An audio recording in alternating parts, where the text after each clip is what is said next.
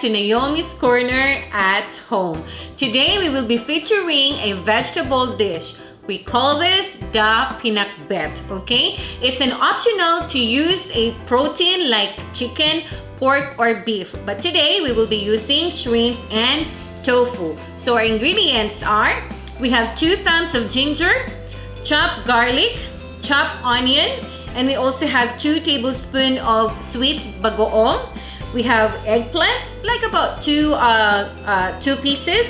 We have like 12 pieces of string beans, 24 pieces of okra, 2 pieces of Ampalaya or bitter melon.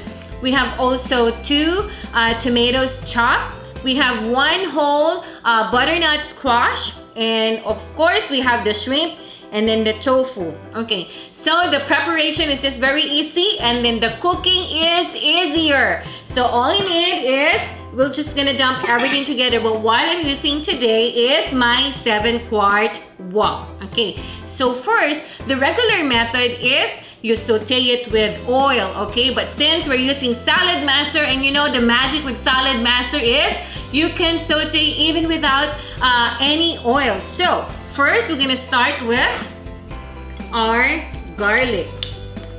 Okay, like what I said, all you need is dump everything, and then we're gonna have our ginger, and then your onion. Wow, how easy it is to cook with Saladmaster. When you know how to dump, you know how to cook. Okay, so we have the 2 pieces of our tomatoes here, and then we're gonna start dumping our squash because it takes longer to cook. All right, so all the squash, you don't have to actually peel the squash, okay? Just, you know, just an FYI, all right? And then we're gonna put some string beans or your sitaw, all right? And then your okra. What I have here is pre-cooked shrimp, but you can also use the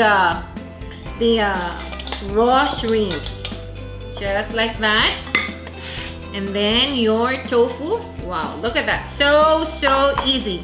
And then we have our Ampalaya. I'm just gonna move. All right, and then we have your eggplant. All right, and then, wow, you don't have to saute.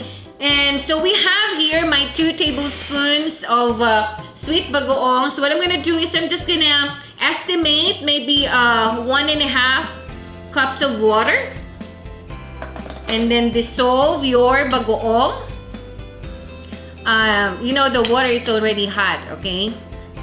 And then pour in your mixed vegetables. Look at that. Isn't that so easy to cook pinakbet? No more stirring. All you need to do is dump everything. Now, when everything is inside, cover it, and then we're gonna start the temperature to medium heat. Now, once you hear the vapor valve starts clicking, all you need to do is reduce the heat from medium to low for like about another 15 minutes, and your pinakbet is ready! So easy as 1, 2, 3.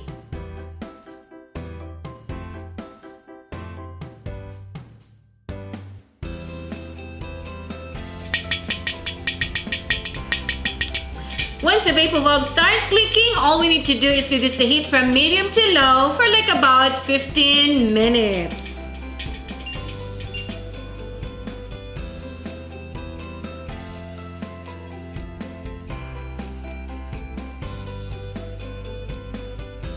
Now 15 minutes is up. We are ready to check our pinakbet. Wow, smells good. Now this is the time you start stirring. Wow, look at that. The vegetables are still vibrant in color. Ooh. Now we are ready to serve our pinakbet.